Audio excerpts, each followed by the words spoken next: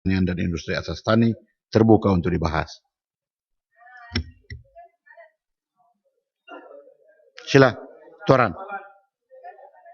Terima kasih Tan Sri yang dipertua. Saya ingin berbahas bagi maksud P21 Kementerian Pertanian dan Industri Asas Tani.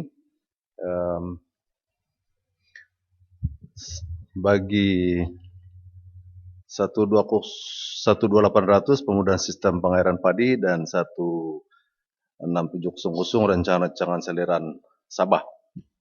Tan Sri yang dipertua, saya ingin tanya kepada pihak kementerian, apakah perkembangan terkini tentang pengairan sistem pengairan padi di Kota Belud yang dijadikan sebagai jelapang padi dengan negeri Sabah, dan adakah karena Kota Belud sudah dijadikan sebagai jelapang padi, kawasan-kawasan sawah ataupun daerah-daerah lain yang mempunyai sawah ini tidak lagi diberi keutamaan. Saya ingin menyatakan di sini bahwa di kawasan Parlemen Tuaran, tempat-tempat seperti Tenggilan di kawasan Tuaran dan juga di beberapa tempat Tepokon dan sebagainya, kita banyak potensi untuk pengeluaran padi sebenarnya, tetapi oleh kerana dari segi sistem pengairan tidak berubah sejak tahun 1985.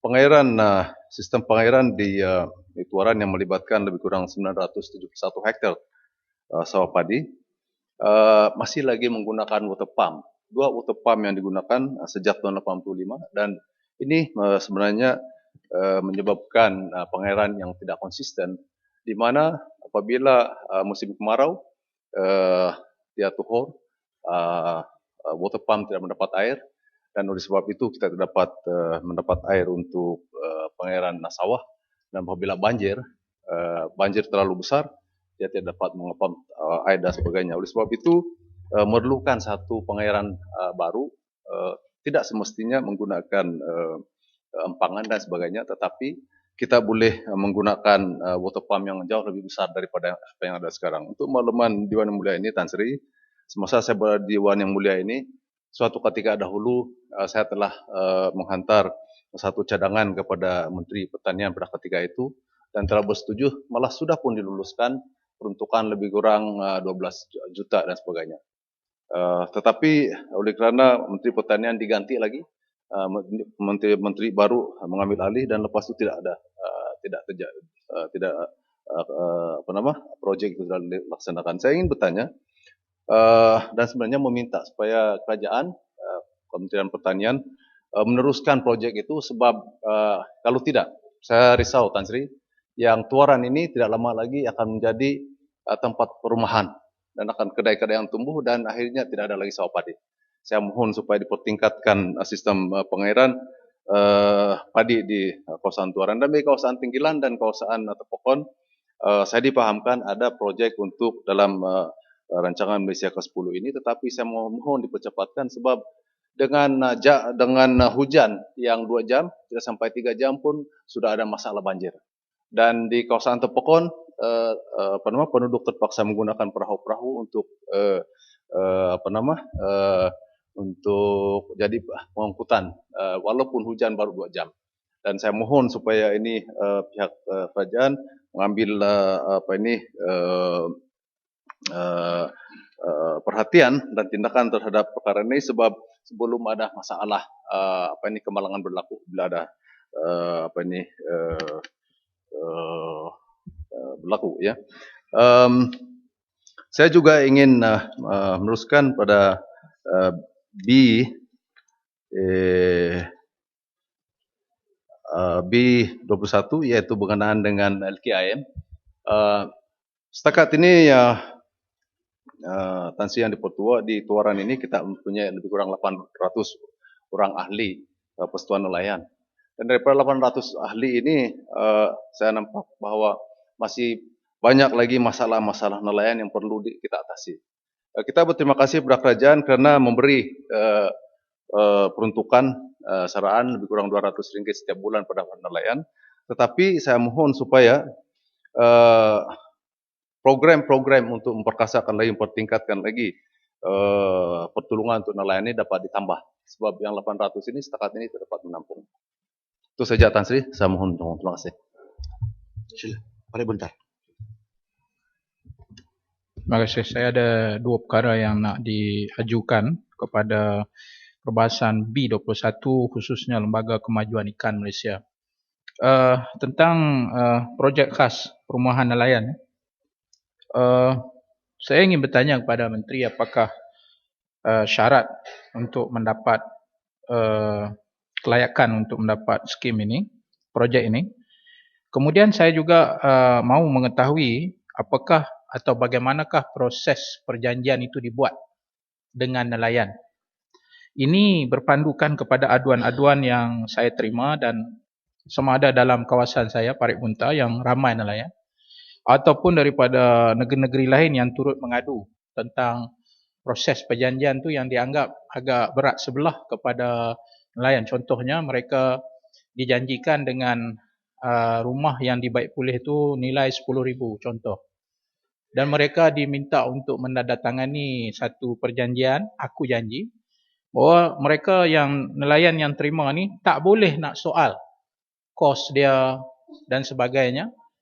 Sehingga akhirnya yang berlaku dalam masalah ni ialah asal yang 10,000 itu akhirnya rumah itu disiap dengan nilai hanya 2,000 ataupun 3-4,000 saja. So ini saya mahu mengetahui adakah ini juga berlaku kerana ini akan melibatkan soal duit yang kita luluskan di sini sedangkan secara pengendalian itu tidak mengikut kehendak dan ini amat membebankan kepada nelayan-nelayan yang mendapat projek ini. Jadi saya minta kepada Menteri supaya memantau kontraktor-kontraktor yang membekalkan rumah-rumah ini tidak mengambil kesempatan.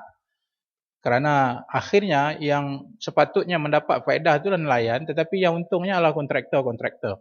Jadi saya mahu satu ketegasan daripada kementerian supaya menjalankan proses nak baik pulih itu dengan satu yang telus. Kalau janji 10,000 maka mesti dia tetapkan 10,000. Saya minta supaya ada pemantauan yang lebih tegas kerana ini aduan-aduan yang kita terima khususnya di kawasan saya yang banyak sekali menerima projek khas ini. Termasuklah isu-isu yang berulang kali diulang di sini iaitu kriteria pemilihan nelayan yang layak dapat itu. Kriterianya kita tahu dia mesti menjadi ahli persatuan dan sebagainya, tapi kadang-kali timbul soal politik iaitu kadang-kali dia tak layak dapat. Dia dah rumah dah elok tetapi oleh kerana ada kecenderungan sokongan politik tertentu maka dia diberi sesuatu yang dia tidak perlu. Maka kesannya ialah nelayan yang layak mendapat tapi oleh kerana kecenderungan politik tertentu maka dia tidak mendapat. So ini akan timbul ketidakpuasan hati kepada mereka yang merasakan diri mereka tidak dapat, walaupun saya faham bahawa kementerian tidaklah mempunyai kemewahan untuk bagi semua nelayan. Saya faham. Sebab itu ada kriteria. Cuma kriteria itu perlu kepada keadilan in terms of need dengan izin, bukan in terms of political inclination. Karena kalau itu berlaku, saya rasa ini amat mengecewakan. Nelayan tetap nelayan, sama ada apa juga kecenderungan politik mereka, mereka tetap susah dan kita harus membantu mereka atas kesedaran itu. Seterusnya ialah yang berkaitan dengan masalah nelayan yang banyak sekali mengadu hal kepada saya dan sudah berapa kali saya mengajukan nama-nama mereka yang lewat mendapat bantuan insentif maupun yang sara hidup 200 itu. Dan ini juga menimbulkan berbagai masalah kepada nelayan. Jadi saya harap ke depan ini, jikalau mana-mana daripada ahli wakil rakyat di kawasan tersebut yang ada masalah ini dan diajukan kepada kementerian, saya harap kementerian dapat bertindak dengan memberi maklum balas kurang-kurangnya kepada aduan-aduan yang dibuat oleh wakil-wakil rakyat. Dan saya juga merayu kepada kementerian supaya kami wakil-wakil rakyat semualah, tak kira daripada pembangkang ataupun kerajaan, supaya dimaklumkan bagaimana kami boleh memudahkan urusan itu ya, dengan bertemu LKIM, siapa yang layak dapat kami boleh bawa. Karena kadang-kadang kita tak tahu segala peruntukan yang ada tu, tahu-tahu dibagi-bagi tapi kita tak tahu sejauh mana di kawasan kita itu orang yang layak harus layak dapat dengan orang yang tak layak dapat tapi dapat. Sedangkan kami wakil rakyat harus membela semua mereka itu selagi mana ia diluluskan di Dewan ini. Dan kami berhak mengetahuinya kerana kami juga sebahagian daripada mereka yang meluluskan walaupun banyak mengkritik dari sudut membenanya insyaAllah. Jadi sekian dulu Tuan Speaker. Terima kasih. Farid Sulong.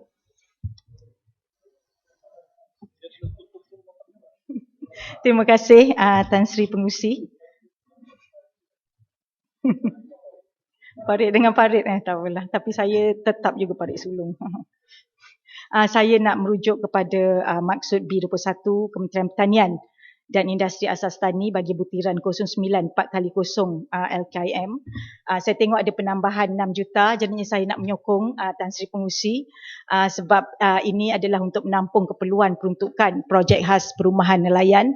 Walau bagaimanapun daripada apa yang Farid Bunta tadi kata, saya pun terkejut apabila adanya aku janji yang dikatakan oleh Farid Bunta. Kerana setahu saya kalau bawah projek PKPN ini ianya semuanya boleh dapat asalkan dia nelayan yang syarat kelayakannya adalah syarat kelayakan untuk kelulusan adalah nelayan berdaftar di bawah allowance sara hidup dan juga ada lesen vessel bawah Jabatan Perikanan dan juga ada kad lesen. Jadinya saya kira aku janji itu tak pernah pun saya dengar. Dan saya tengok, saya nak minta juga penjelasan lah daripada pihak kementerian sebab di Parlimen Farid Sulong saya tengok tak ada pula aku janji dan kita serahkan kepada Persatuan Nelayan tu untuk menentukan bagaimana ianya hendak dilaksanakan. Dan saya percaya ianya banyak bagi manfaat kepada nelayan terutamanya kerana mereka ini adalah golongan yang memerlukan. Bagaimanapun saya nak minta sedikit butiran daripada ataupun maklumat daripada pihak kementerian. Saya cuma nak tahu jumlah nelayan yang mendapat bantuan bawah PKPN ini mengikut negeri daripada banyak-banyak permohonan, daripada jumlah permohonan yang telah dikemukakan, ada tak yang telah ditolak oleh kementerian dan sekiranya ianya ditolak kerana apa? Dan bagi Parlimen Farid Sulong pula saya nak dapatkan maklumat bilakah kementerian bercadang untuk melaksanakan projek khas ini bagi fasa yang seterusnya sebab saya dimaklumkan ada juga kelulusan tapi belum dilaksanakan, jadinya saya nak tahu bila ianya akan dilaksanakan. Dan selain pada itu apabila kita bercakap mengenai nelayan sudah semestinya kita bercakap mengenai pendapatan mereka, jadinya saya nak tahu sama ada LKM ataupun kementerian ada tak buat satu kajian mengenai pendapatan per kapita nelayan ini dan apakah ada perancangan untuk meningkatkan pendapatan per kapita nelayan ini di masa hadapan dan bagaimanakah caranya dan adakah kementerian ada memberi pendedahan mengenai penggunaan teknologi terkini dalam usaha untuk mendapatkan pendapatan tambahan bagi nelayan-nelayan ini dan sekiranya ada diberi pendedahan, saya cuma hendak memberi cadangan pada kementerian supaya membuat pendedahan ini di kawasan Parlimen Farid Sulong. Itu je Tan Sri Pengurusi, terima kasih banyak-banyak. Kulai. Terima kasih Tan Sri Pengerusi. Saya nak sentuh B21 butiran 090000. Saya nak merujuk kepada satu keputusan yang dibuat oleh Lembaga Kemajuan Ikan Malaysia LKIM pada 8 hari bulan Julai. Menurutlah satu posting di Facebook mereka, 5 jenis ikan iaitu kembung, pelaling, cencaru, selayang dan serah adalah dilarang ekspor ke negara lain termasuklah Singapura dan peraturan ini akanlah berkuat kuasa sejak 10 hari bulan Julai sampailah 10 hari bulan September.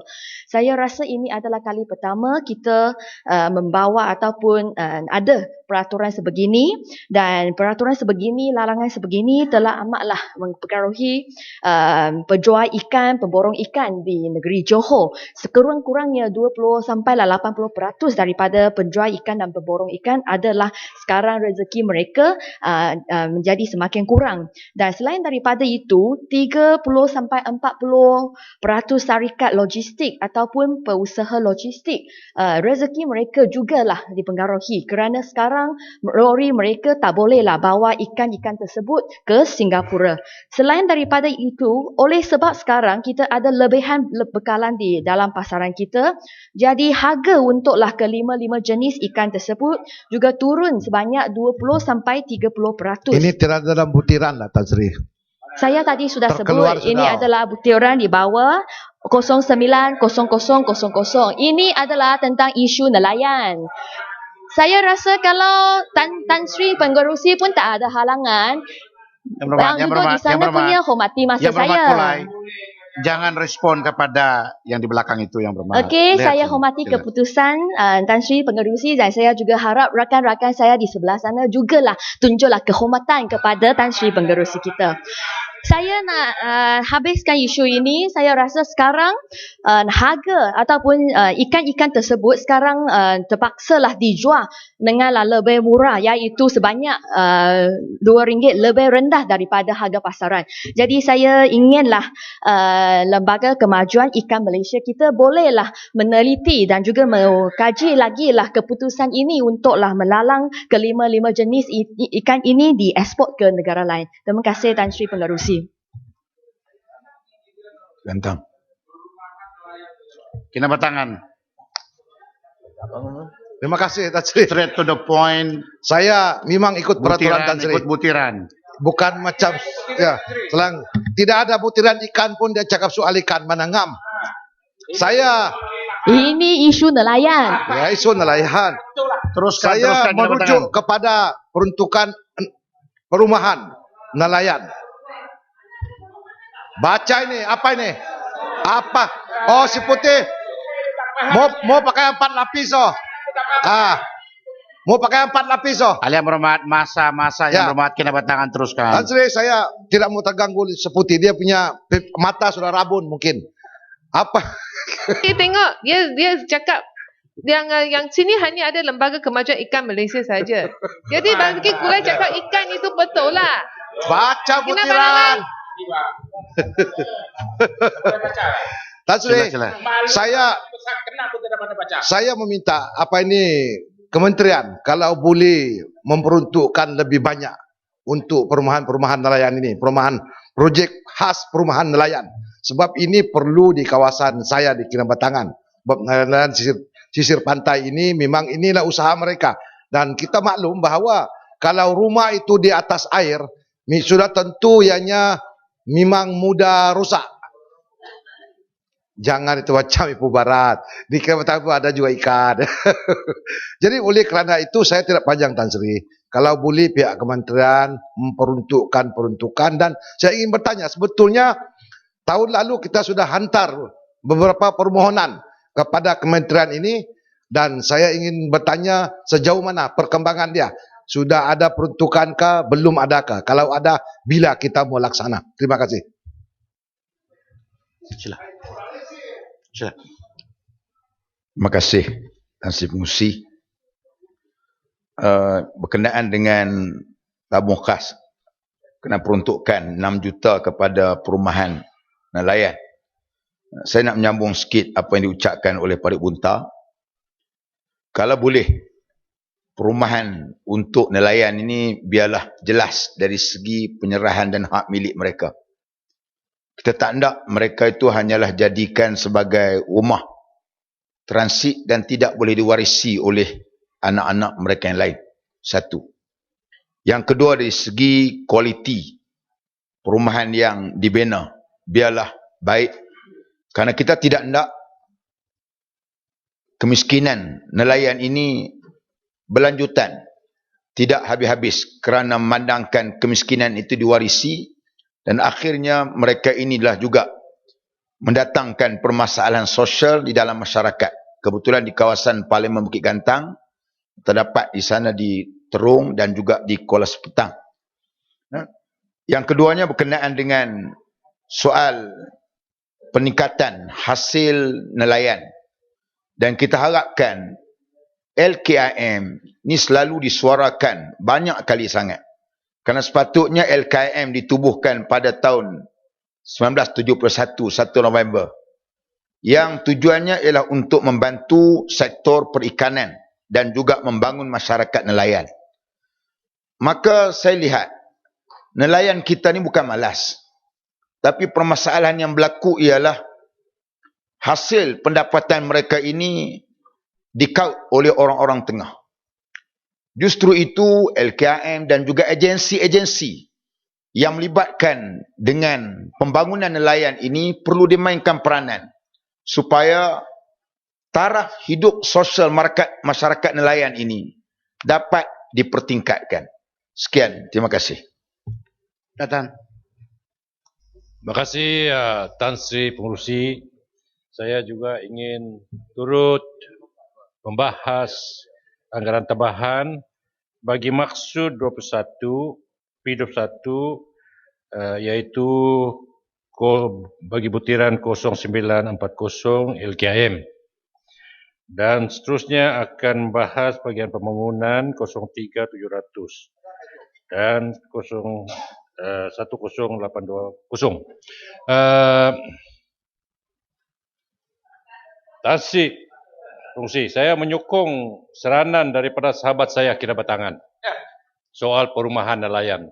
Kawasan saya Tan Sri, ada pulau, ada juga di tepi-tepi pantai, rumah-rumah nelayan di atas paras air.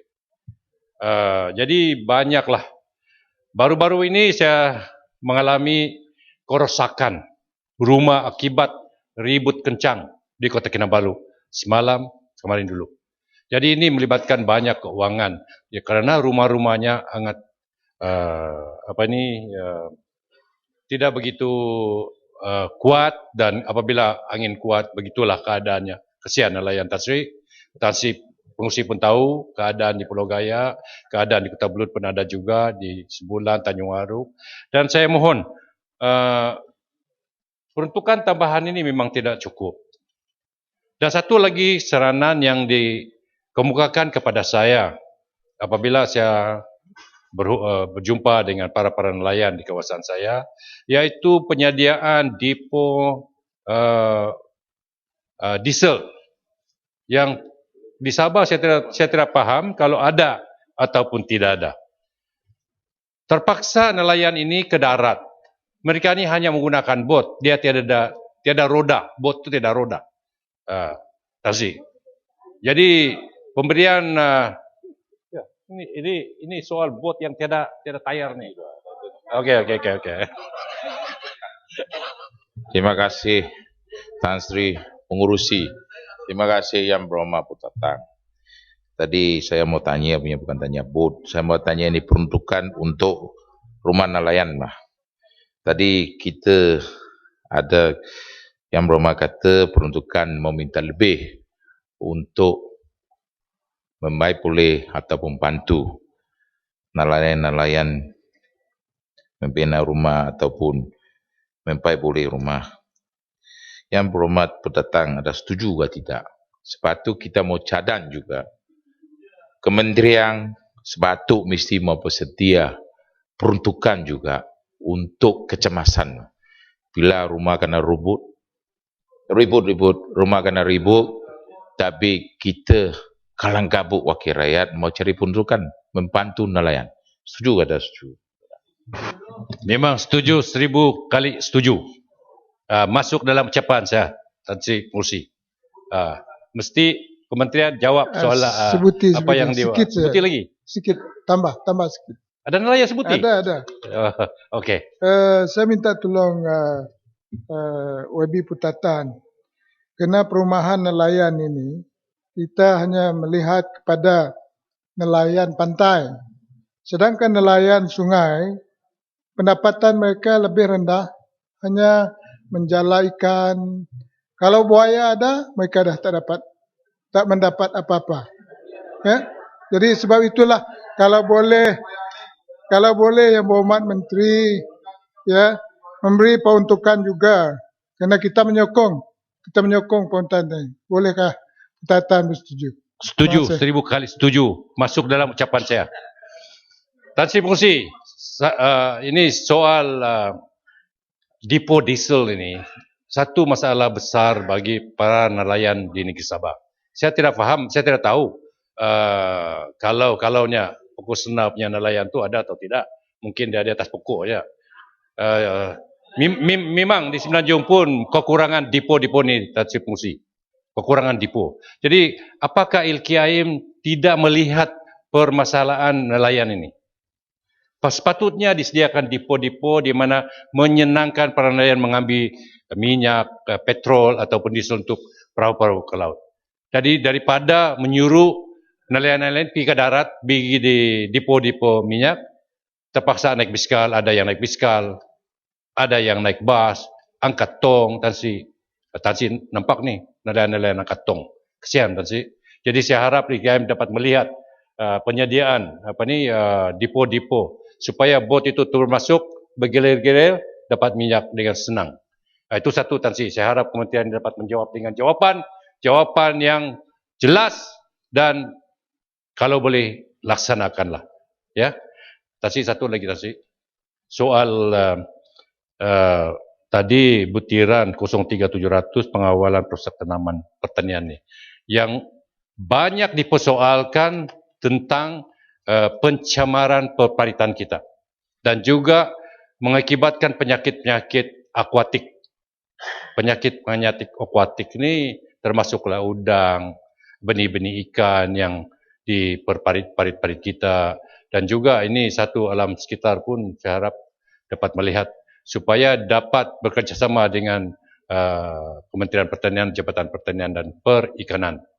Jadi adakah pihak pengajian tinggi kita sekarang pendidikan ya dapat membuat satu pembangunan makmar bukan saja makmar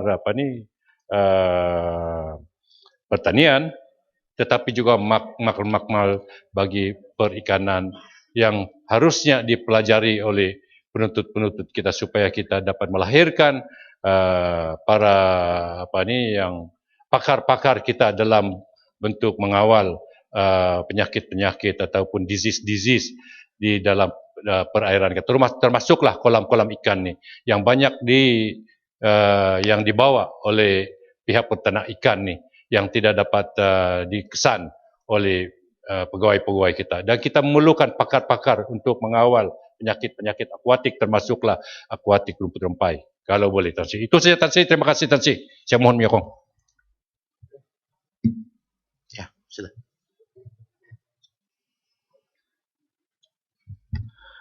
Terima kasih Tuan Pengerusi. Saya nampak diperuntukkan kepada pertanian adalah 3.74 bilion tahun lepas. Saya mau cadangkan, apabila kami memperkembangkan atau memajukan pertanian Malaysia sini, kami juga tidak boleh mengabaikan keselamatan. Di Sarawak terutamanya, Pen Borneo Tran Road merupakan satu jalan utama untuk pengangkutan hasil-hasil pertanian. Tapi Pen Borneo Tran Road itu merupakan satu jalan raya yang berbahaya. Jalan raya yang sempit dan selalu berlakunya kemalangan. Sini saya mau menunjukkan bahawa pada 10 hari bulan Julai ini baru berlakukan satu kemalangan besar yang melibatkan kenderaan besar yang menghantar hasil-hasil Ini salah tempat pertanian. si Putih tidak ajar dia lah. Masih. Sibu. Duduk dulu. Alam berhormat yang lama berkhidmat itu simpati. Alam berhormat Sibu, dalam peringkat jawatan kuasa yang dibahas adalah perkara-perkara yang spesifik di bawah. Itulah sebab apabila dengar di bawah kepala dan sedemikiannya yang itu Sibu perlu dibangkitkan sewaktu peringkat dasar, bukan pada peringkat sekarang. Ini melibatkan pertanian. Ya, saya tahu. Jadi saya harap Kementerian Pertanian boleh bekerja sama dengan Kementerian Kerja Raya supaya mempercepatkan projek kenaik taraf PEM Borneo Tuan Lok dengan cepat. Masih. Sila. Terima kasih Tan Sri.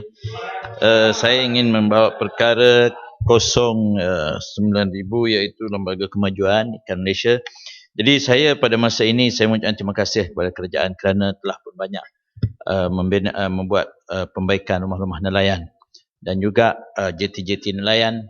Jadi tapi saya ingin juga mengingatkan bahawa dan memohon kepada pihak kementerian supaya pembinaan rumah-rumah pembinaan baru untuk rumah nelayan ini akan diteruskan. Saya dipahamkan oleh LKIM dan Persatuan Nelayan di Limbang bahawa mereka telah pun mengemukakan permohonan-permohonan tersebut.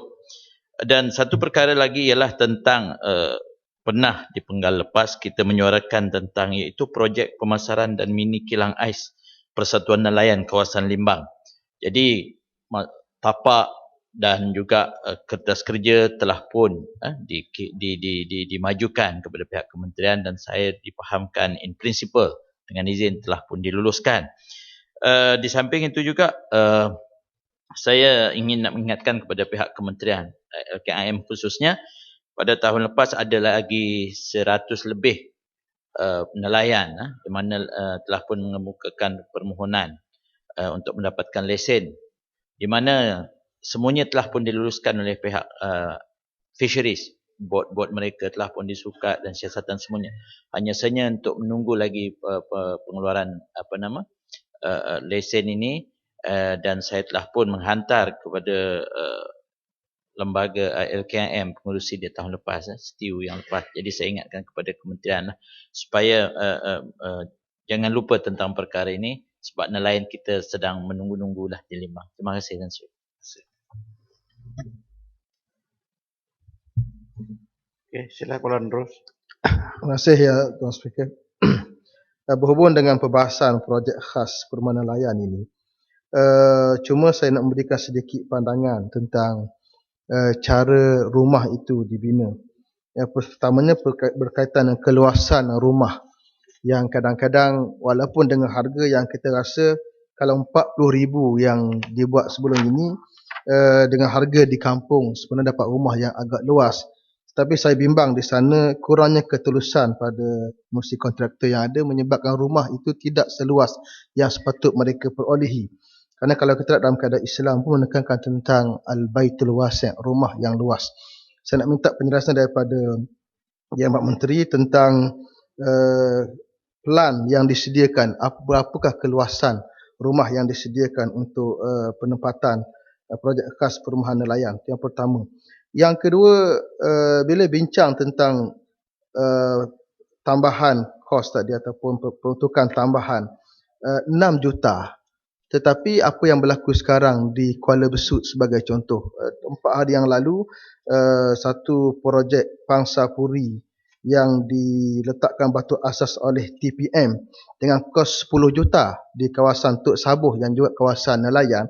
Jadi kalau kita tidak balance, semalam 4 hari lepas diumumkan nak bagi 10 juta. Hari ini pula minta 6 juta. Jadi 6 juta tu seolahnya nak di-advancekan, nak diambil awal, buat perisytiharan awal untuk mungkin di kementerian lain, saya pun tak pasti macam mana, tapi terlihat di sini tidak ada satu keselarasan. Itu saja yang saya nak bangkitkan. Terima kasih. Terima kasih. Bahan baru. Selepas bahan baru, Menteri berjawab. Terima kasih pengurusi. Dan saya nak merujuk maksud di 21 Kementerian Pertanian dan Industri Asas Tani berkenaan dengan LKIM. LKIM ada satu projek tuna port di Pulau Pinang di Batu Mau.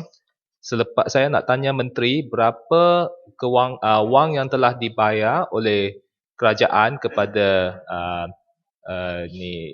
International Tuna Port Malaysia MITP dan sekarang berapa yang telah dibayar kerana total projek adalah 240 juta. Berapa yang telah kerajaan bayar dan berapa yang kita boleh dapat balik daripada MITP kerana sekarang projek obviously sudah fail dan kita kena dapatkan balik claim back duit tersebut. Berapa yang kita berjaya dapat balik daripada MITP. Saya juga difahamkan bahawa tanah yang sepatutnya dibuat tuna port sekarang atau sedikit tanah tersebut sekarang walaupun dibina dengan sedikit satu kompleks yang kecil, kompleks tuna port, tapi sekarang kurang penggunaan sebab tuna port tak jadi, projek tuna port tak jadi, local fishermen menggunakan kompleks tersebut. Ada perancangan, saya difahamkan, ada perancangan daripada LKIM ingin menggunakan sebahagian atau seluruh bahagian tanah tersebut untuk projek pembangunan rumah pangsa. Saya nak minta Menteri memberi details tentang projek tersebut. Terima kasih. Masih, sila. Penghabisan lagi. Masih. Mau juga yang belakang sana itu? Ya. Oke, sila. Terima kasih, Tan Sri Yang Dipertua. Ingin menyentuh tentang butiran 090000 Lembaga Kemajuan Ikan tentang jeti di Sungai Baru Selinsing yang sangat uzur dan antik kerana tiang-tiangnya yang retak dan juga bumbungnya yang bocor, yang saya kira dalam lawatan saya sangat membahayakan untuk nelayan-nelayan di kawasan itu. Dan juga tentang jeti di Sungai Protan Selinsing yang mana sungainya adalah dikira cetek. Nelayan-nelayan yang pulang terpaksa menunggu begitu lama sehingga air pasang untuk pulang. Jadi ini juga mengganggu aktiviti nelayan di kawasan itu. Jadi minta kementerian memberi perhatian dan membuat perbaikan yang perlu untuk jeti dan juga jeti di Sungai Baru Selinsing dan juga di Sungai Protan yang cetek untuk Parlimen Bagan Serai. Terima kasih. Yang itu. Sila, Menteri. Bolehlah Menteri jawab.